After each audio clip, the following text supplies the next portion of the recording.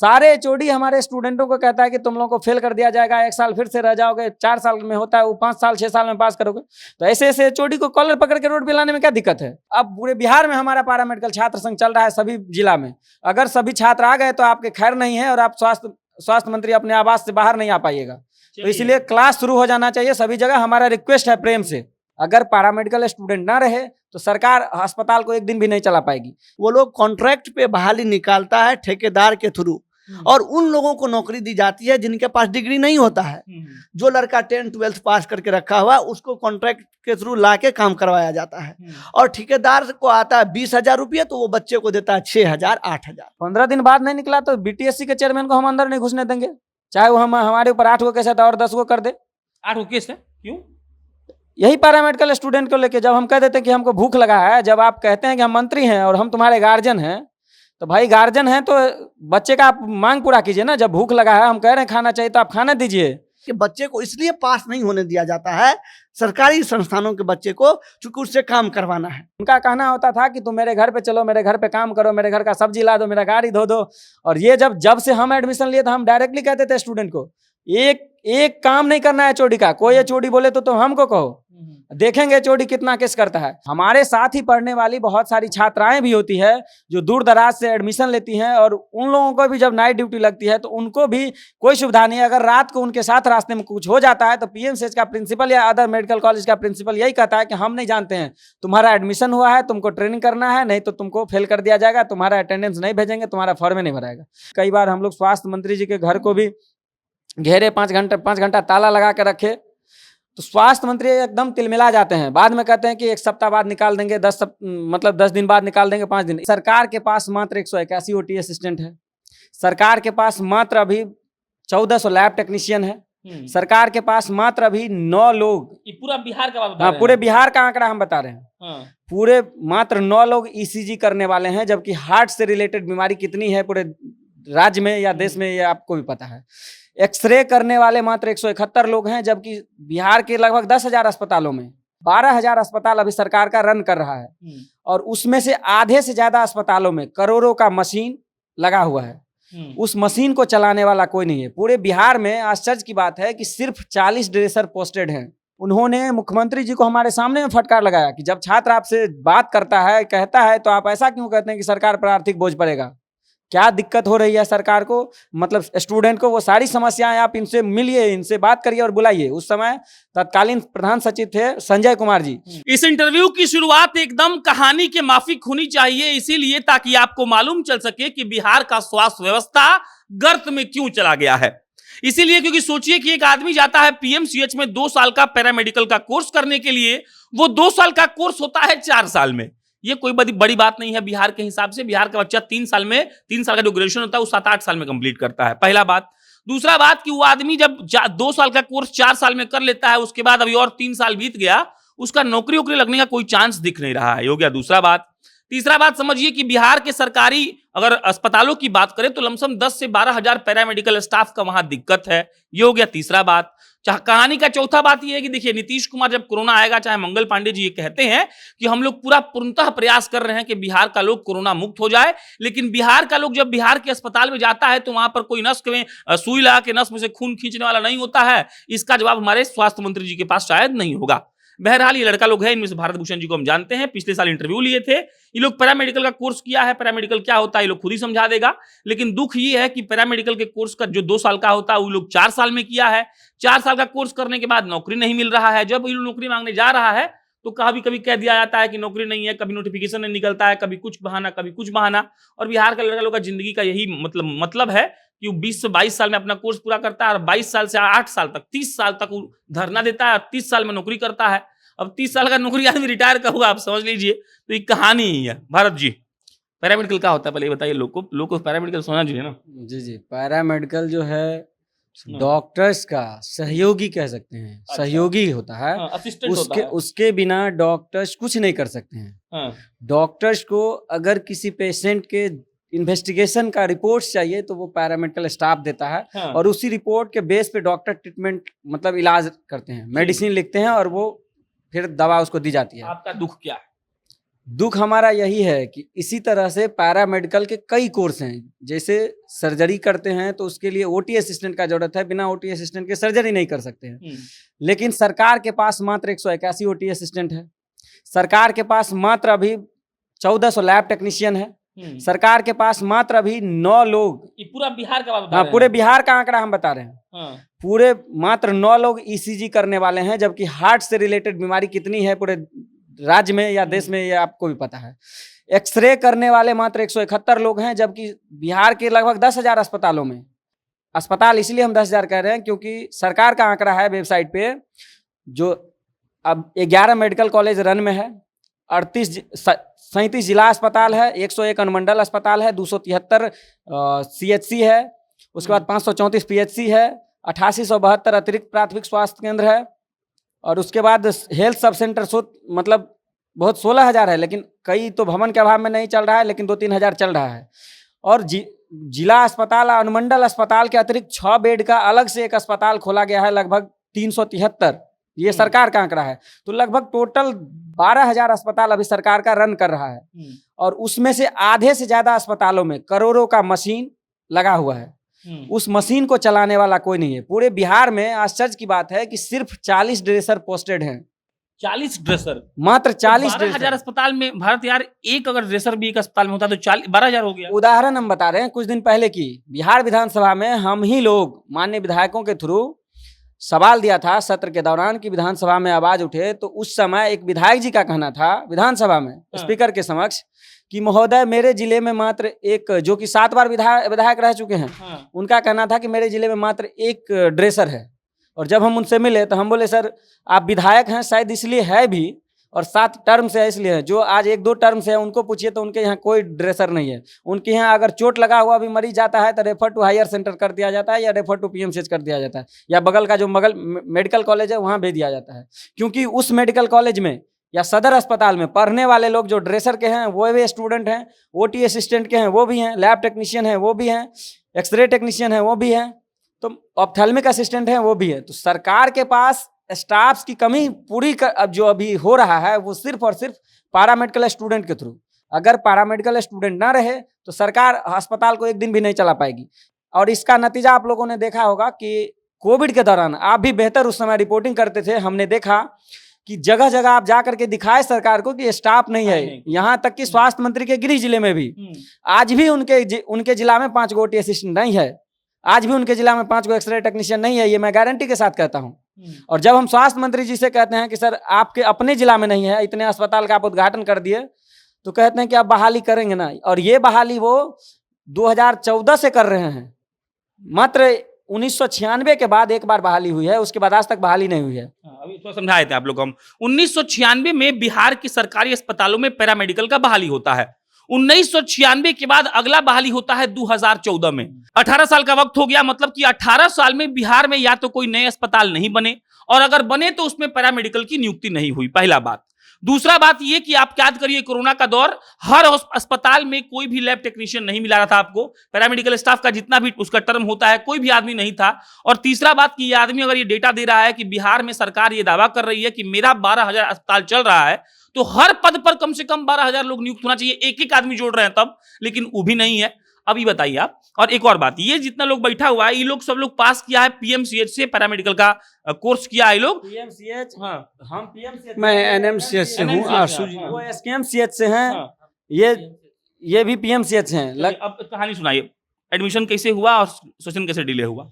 देखिए, एडमिशन का प्रोसेस बिहार सरकार संयुक्त प्रवेश प्रतियोगिता परीक्षा परिषद जो है, बीसीईसी जो है, उसके अंतर्गत डिप्लोमा सर्टिफिकेट प्रवेश प्रतियोगिता परीक्षा के बेस पर नामांकन होता है। और उस प्रवेश परीक्षा में जो स्टूडेंट पास करते हैं अपने मेरिट के अकॉर्डिंग, वो पीएमसीएच लेते हैं, डीएमसीएच लेते हैं, एसकेएमसीएच लेते हैं, जेएलएनएमसीएच भागलपुर लेते हैं, एडमिशन लेते हैं और पढ़ते हैं।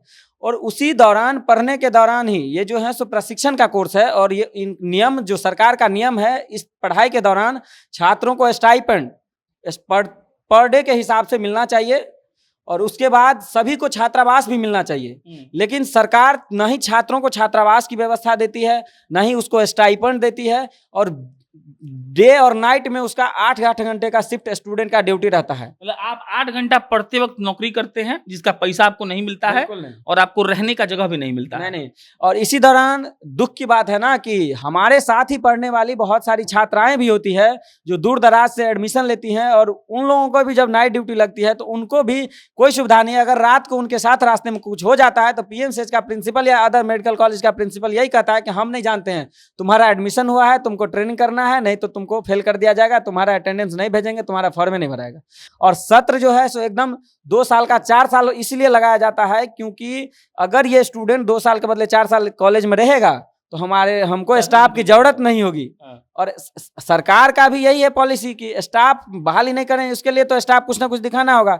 आप कभी घूमते फिरते अगर रेडियोलॉजी डिपार्टमेंट या ऑप्थेल्मोलॉजी डिपार्टमेंट, मतलब जहां आंख जांच होता है, जहां अल्ट्रासाउंड एक्सरे होता है, वहां एक बार चले जाइएगा तो आपको दिखेगा कि सब हम लोग जैसा ही लड़का मतलब वहां पे काम कर रहा है और स्टाफ है ये नहीं है।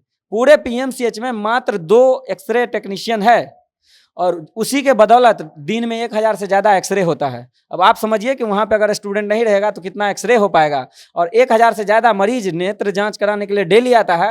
अगर 3500 अगर मरीज आता है वहाँ तो 1,500 से 2,000 आदमी सिर्फ रेडियोलॉजी, क्योंकि मेडिसिन में भी जो दिखाता है उसको एक्सरे का लिखा जाता है। और जो आजकल आँख का इतना ज़्यादा समस्या है कि लोग आँख जाँच कराने आते हैं, लेकिन सरकार के पास कोई भी स्टाफ नहीं है। नाम क्या आपका? आशुतोष कहाँ नहीं हो रहा बहाली? आशु जी के नाम से लोग कहाँ नहीं हो जानते रहा हैं। बहाली? देखिए, बहाली का सीधा तौर पर अगर मैं कहूँ तो हमारे जो आदरणीय स्वास्थ्य मंत्री श्री मंगल पांडे है वो जिम्मेदार हैं, और उनको हमने बार बार कहा कि सभी अस्पताल में पद रिक्त पड़ा हुआ है। आज नहीं, सालों से छात्र आंदोलन कर रहे हैं। अब मान लीजिए हम छात्र नेता है तो छात्र की बात करेंगे, आपको असहज करना हमारा काम है, मांग हम आपसे करेंगे, आप हमारे स्वास्थ्य मंत्री हैं, हम बिहार के बच्चे हैं। और जहां तक मेरी जानकारी है कि वो इन चीजों को भी बुरा मानते हैं कि बच्चा हमारा विरोध भी ना करे। अगर हम मांग करेंगे तो उनको ये चीज भी बुरा लगता है। विरोध करने का अपना तरीका है। और वास्तविक स्थिति ये है, जैसा कि भूषण ने कहा, कि अभी सभी अस्पतालों में हजारों पद रिक्त है और बच्चे से काम लिया जा रहा है। बच्चे के अलावा सरकार का और अधिकारियों का ये साझा प्लान है, वो लोग कॉन्ट्रैक्ट पे बहाली निकालता है ठेकेदार के थ्रू, और उन लोगों को नौकरी दी जाती है जिनके पास डिग्री नहीं होता है। जो लड़का 10th-12th पास करके रखा हुआ उसको कॉन्ट्रैक्ट के थ्रू लाके काम करवाया जाता है। और ठेकेदार को आता है 20,000 रुपये, तो वो बच्चे को देता है 6,000, 8,000। अब बिहार के जो हजारों पैरामेडिकल बच्चे हैं जिन्होंने डिग्री लेकर रखा हुआ है, वो घर बैठने पर मजबूर है। प्राइवेट में जाते हैं, उनको 8,000, 10,000 ऑफर किया जाता है, मजबूरी है, काम तो करना पड़ेगा। और कॉन्ट्रैक्ट पे उसको लिया नहीं जाता है, जो ठेकेदार है उसको नहीं लेते, जानते ये बच्चा ऑलरेडी इसके पास डिग्री है तो ये कम में पैसा करने को तैयार नहीं है। हमने मंगल पांडे से इन चीजों के लिए बात किया था कि सर, वो बोले कि हम क्या, बच्चा काम नहीं करे। हम बोले कॉन्ट्रैक्ट को बंद कर दीजिए सर, जब कॉन्ट्रैक्ट व्यवस्था ही समाप्त हो जाएगी तो बच्चा लेगा ही नहीं। आप किसी ठेकेदार के थ्रू अगर बच्चे को ले रहे हैं, बंधुआ मजदूर की तरह अगर आप काम करवा रहे हैं तो ये आपका गलती है। तो उसने कहा कि बच्चा काम ही नहीं करे। आप बताइए, आप तो ऐसा करके रखे हुए हैं, इसके जिम्मेदार हमारे स्वास्थ्य मंत्री है। दूसरी जो बड़ी समस्या है सेशन डिले का, और वो भी प्लानिंग के तहत हो रहा है। अब हम लोग इसको अच्छी प्रकार से समझ रहे हैं कि बच्चे को इसलिए पास नहीं होने दिया जाता है, सरकारी संस्थानों के बच्चे को, चूंकि उससे काम करवाना है। आपको बहुत सारे ऐसे बच्चे रोते हुए मिलेंगे जिन्होंने एग्जाम दिया, अच्छा उसका परसेंटेज रहता है, अच्छा नॉलेज भी रहता है, लेकिन वो पास नहीं होता है। उसी तरह से प्राइवेट के बच्चे भी हमारे बच्चे हैं, लेकिन प्राइवेट संस्थानों का पैसा बोर्ड में भी जाता है, वो बच्चे पास होते हैं। कुछ ना कुछ तो रीजन है, आखिर सरकारी के बच्चे क्यों पास नहीं होते हैं। मैं इसको भी एक दरकिनार रख देता हूँ, नर्सिंग के बच्चे पास होते हैं। अगर 60 बच्चे एक बैच में होते हैं, नर्सिंग की लड़कियां क्यों फेल नहीं होती है? उसी एग्जाम से, डीसीसी का एक एग्जाम होता है भैया, उसी एग्जाम से पैरामेडिकल भी होता है और नर्सिंग भी होता है। नर्सिंग का 3.5 साल का कोर्स होता है, हॉस्टल मिलता है और 1500 रुपया स्टाइपेंड मिलता है, सेम एग्जाम। अगर हम लड़का है, हमारा रैंक अच्छा भी है, मान लीजिए हम 100 के अंदर रैंक ले आते हैं, फिर भी हमको ओटी मिलेगा, जीएनएम नहीं मिलेगा। गवर्नमेंट संस्थानों में ये व्यवस्था नहीं है। हमने इन चीज़ों का भी मांग किया है कि हॉस्टल और छात्रवृत्ति दिया जाए, चूंकि जैसे नीट में होता है, बच्चे रैंक के अकॉर्डिंग कॉलेज लेते हैं। अभी प्राइवेट संस्थानों में 6.5 लाख लेता है। कॉलेज ने एक रूल बनाया है कि 3.5 लाख एडमिशन लेना है। कोई प्राइवेट संस्थान सुनने को तैयार नहीं है, सब पैसा लेके अंदर खाने सब मैनेज है। इस तरह से हो रहा है। आखिर परेशान कौन हो रहा है? बिहार का आम आवाम, आम बच्चा, जो गरीब बच्चा जो पढ़ना चाहता है। 4 साल का जब से लोन की व्यवस्था आई है, स्टूडेंट क्रेडिट कार्ड, कॉलेज वाला अपना रेट जहाँ पे 3 लाख में एडमिशन होता है तो वहाँ 6 में ले रहा है। कल जान के के बढ़ा दिया है। जान के बढ़ा दिया है। कल के डेट में वो बच्चा रोएगा। 4% लोन देना है लड़का को, 1% लड़की को देना है। सरकार छोड़ेगी तो नहीं। हम तो कहेंगे आदरणीय मुख्यमंत्री से कि जितने बच्चे पढ़ रहे हैं सारा का लोन माफ हो। बिहार के बच्चे चलिए, हैं। हाँ। क्या नाम है बॉस? मेरा नाम रंजीत कुमार। बोलिए, क्या क्या क्या मंगल पांडे जी क्या कह रहे हैं? मेरा मांग है कि ये पैरामेडिकल का जो वैकेंसी जो अभी बीटीएससी में पड़ा हुआ है, ऑल ट्रेड का, जैसे एक्सरे टेक्नीशियन, ओटी टेक्नीशियन हो गया, ईसीजी टेक्नीशियन, ये सारे डिपार्टमेंट का जो भी वहाँ पे लंबित पड़ा हुआ है विज्ञापन हम लोग प्रकाशित करने के लिए मंगल पांडे के पास कल भी हम बीटीएससी गेट के सामने हम लोग कल भी 1 दिवसीय प्रदर्शन किए, जिसमें हजारों लड़का लड़कियां थी वहाँ उपस्थित थी। ये कड़ी की धूप में वहाँ पे हम लोग 1 घंटा 2 घंटा तक वेट किए। वहाँ का चेयरमैन जो है बीटीएससी के चेयरमैन, वो आश्वासन दिए कि 8 दिन में हम लोग आप लोग के पैरामेडिकल का जितना भी ट्रेड का है, 3 ट्रेड का निकलेगा अभी, ईसीजी, ओटी, एक्सरे, ये तीनों का जो है हम लोग 8 दिन के अंदर वैकेंसी जो है वो आप लोग को विज्ञापन। भूषण, क्या तनख्वाह मिलता है ये लोग को? देखिए, जब परमानेंट हो जाता है तो लेवल 5 यानी कि 2800 ग्रेड पे और लेवल 6 4200 ग्रेड पे करके पेमेंट है। लगभग 50-55 हज़ार रुपया पेमेंट मिलेगा जब परमानेंट हो जाएगा। हम लोग मुख्यमंत्री जी से, बिहार में पैरामेडिकल काउंसिल नहीं है, क्योंकि काउंसिल इसलिए होना जरूरी है कि सरकार के पास एक आंकड़ा रहती है कि हमारे यहाँ इतने लोग रजिस्टर्ड हैं जो प्रशिक्षण ले चुके हैं। Correct. तो काउंसिल नहीं है, इसका मांग हम लोग कई बार किए हैं। राम गोपाल यादव जी उसके स्टैंडिंग सेंट्रल गवर्नमेंट की तरफ से स्वास्थ्य विभाग के स्टैंडिंग कमेटी के चेयरमैन थे, उनसे भी हम लोग यूपी जा करके मिले। एक बार दिल्ली गए थे तो उनसे भी वहाँ भी मिले। और उसी दौरान कोविड के दौरान ही राज्यसभा से भी पास हुआ और लोकसभा से पास हुआ, राष्ट्रपति का सिग्नेचर हुआ। और जब एक्ट बन गया allied health care professional act, उसके बाद सारे अदर स्टेट्स को, जितने स्टेट्स हैं उनको दे दिया गया कि आप अपने स्टेट्स में पैरामेडिकल का काउंसिल एस्टेब्लिश कीजिए और वहाँ के स्टूडेंट को सारी सुविधाएं दीजिए। बगल के यूपी में तुरंत हो गया। हमारे मुख्यमंत्री जी से हम जनता दरबार में मिले, जब जनता दरबार बहुत पहले शुरू किए थे, 1 साल पहले, उस समय हम मिले। लगभग 35 मिनट बात हुई। उस समय एक दिन में 10-15 लोगों को ही बुलाया जाता था और 35 मिनट बात हुई। उन्होंने मुख्यमंत्री जी को हमारे सामने में फटकार लगाया कि जब छात्र आपसे बात करता है, कहता है, तो आप ऐसा क्यों कहते हैं कि सरकार पर आर्थिक बोझ पड़ेगा? क्या दिक्कत हो रही है सरकार को, मतलब स्टूडेंट को? वो सारी समस्याएं आप इनसे मिलिए, इनसे बात करिए और बुलाइए। उस समय तत्कालीन प्रधान सचिव थे संजय कुमार जी, उन्होंने हमारा नंबर लिया, हमसे मिले, बहुत सारी समस्या। और वो पहली बार सारे पूरे बिहार के मेडिकल कॉलेज के प्रिंसिपल और सुपरिटेंडेंट को, साथ ही सारे जिले के सिविल सर्जन को उन्होंने बुलाया। बिकॉज उससे पहले हम लोग 5-7 दिन लगभग सभी मेडिकल कॉलेज को बंद कर दिए थे। उस दबाव में सारे लोगों को बुला करके उन्होंने बैठक किया और सारी बातों पर बहस हुई। उसके कुछ दिन बाद वो बहुत सारे समस्याओं का हल निकाले, लेकिन उसी के कुछ दिन बाद उनका ट्रांसफर हो गया शिक्षा विभाग में। अभी वो शिक्षा विभाग में है। उसके बाद, और क्योंकि वो ऐसे प्रधान सचिव थे जो ट्विटर पर स्टूडेंट अगर कोई भी कमेंट कर देता था तो वो कमेंट करके जवाब देता था कि अभी ये चीज़ इतना प्रोसेस यहाँ तक पहुँच गया है, कुछ दिन में ये हो जाएगा। उसके बाद उसके बाद फिर से हम एक बार स्वास्थ्य मंत्री से तो लगभग 1 सप्ताह में 1-2 बार मिल ही लेते हैं। स्वास्थ्य मंत्री जी 1 सप्ताह, 2 सप्ताह, 10 दिन, 5 दिन, कई बार हम लोग स्वास्थ्य मंत्री जी के घर को भी घेरे, 5 घंटा ताला लगा के रखे। तो स्वास्थ्य मंत्री एकदम तिलमिला जाते हैं। बाद में कहते हैं कि 1 सप्ताह बाद निकाल देंगे, 10 दिन बाद निकाल देंगे, 5 दिन। इस बीच में भी हम लोग जब कंटिन्यू स्ट्राइक करते रहे हैं, तो कल जब स्ट्राइक में थे तो बीटीएससी के चेयरमैन और सेक्रेटरी आए और सदस्य लोग आए, 4 लोग आए। उनका कहना था कि हम लोग 1 सप्ताह में वैकेंसी निकाल देंगे। तो हम बोले आपको हम 15 दिन देते हैं, अगर 15 दिन में नहीं प्रकाशित हुआ तो आपके गेट में ताला मार देंगे, आपको अंदर से बाहर नहीं जाने देंगे।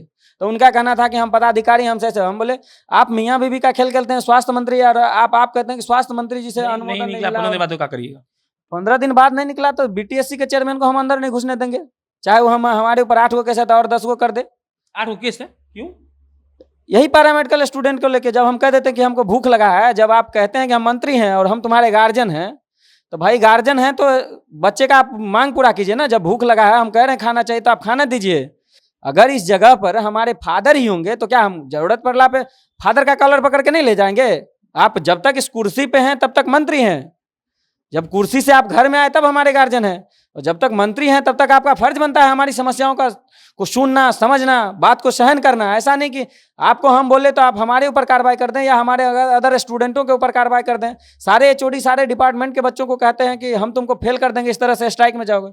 कुछ दिन पहले 10 दिन पहले यहाँ पे एग्जाम कंट्रोलर ऑफिस में स्ट्राइक था। सारे एचओडी हमारे स्टूडेंटों को कहता है कि तुम लोगों को फेल कर दिया जाएगा, 1 साल फिर से रह जाओगे, 4 साल में होता है वो 5 साल 6 साल में पास करोगे। तो ऐसे ऐसे एचओडी को कॉलर पकड़ के रोड पे लाने में क्या दिक्कत है? हम खुलेआम हम एनेस्थेसिया डिपार्टमेंट के अशोक कुमार एचओडी थे, वो 8 साल तक पीएमसीएच में एचओडी रहे, एको स्टूडेंट को पास नहीं होने दिया। और सिर्फ व्यक्तिगत कारणों से उनका कहना होता था कि तुम मेरे घर पे चलो, मेरे घर पे काम करो, मेरे घर का सब्जी ला दो, मेरा गाड़ी धो दो। और ये जब से हम एडमिशन लिए तो हम डायरेक्टली कहते थे स्टूडेंट को, एक काम नहीं करना है एचओडी का। कोई एचओडी बोले तो हमको कहो, देखेंगे एचओडी कितना केस करता है। वही एचओडी था, कॉलर पकड़ लिए जब एचओडी को तो एकदम जाके एकदम से फटाफट अगमकुआं थाना में केस किया दिस दैट कि लड़का हमारे साथ मारपीट किया ऐसे वैसे। फिर वही एचओडी बाद में हमको फोन करते हैं कि तुमको मेरे से क्या दिक्कत है, तुम तो पीएमसीएच के हो, अब तो हम एनएमसीएच में पदस्थापित हैं, हम कोई दिक्कत नहीं करते हैं, काहे हमको इस तरह से तुम बेइज्जती करते हो। हम बोले सर, अगर एक भी स्टूडेंट आज के बाद प्रैक्टिकल में आप फेल किए जानबूझ के तो आपका खैर नहीं है। आप ये मत समझिएगा कि स्टूडेंट है तो बस प्यार से सुनता है।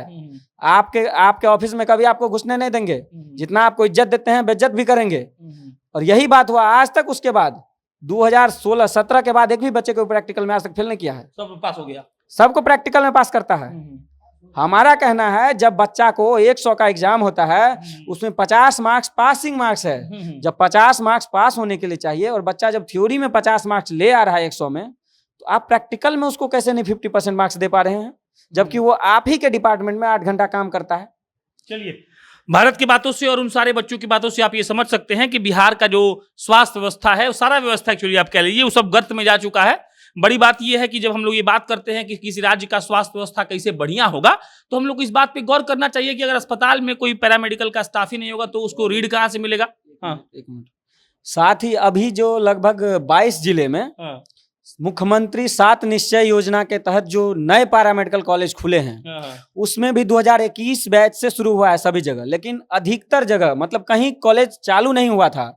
हम पर्सनली वहां के सिविल सर्जन को कई बार डरा धमका के कि सर आपको सिविल सर्जन वहां रहना है कि ट्रांसफर होकर कहीं और जाना है, विधानसभा में सवाल डलवाएंगे किसी से तब आप जाइएगा, तब क्लास शुरू करवाइएगा। इतना कहने के बाद कई जगह के सिविल सर्जन लगभग 20 जिला में कॉलेज शुरू कर दिया है, लेकिन अभी भी वहां पे शिक्षकों की व्यवस्था नहीं हुई है। और लगभग 2 जिले अभी भी हैं, अरवल और कटिहार, जहां पे अभी तक क्लास शुरू नहीं हुआ है। मेरा निवेदन है माननीय स्वास्थ्य मंत्री जी से कि हस्तक्षेप करें और बच्चा जो अभी मेरिट से एडमिशन लेकर के दर दर की ठोकरें खा रहे हैं, उन लोगों को जो छात्रावास बना हुआ है उसमें जगह दें और कॉलेज में पढ़ाने के लिए विषय विशेषज्ञ शिक्षकों की व्यवस्था करें।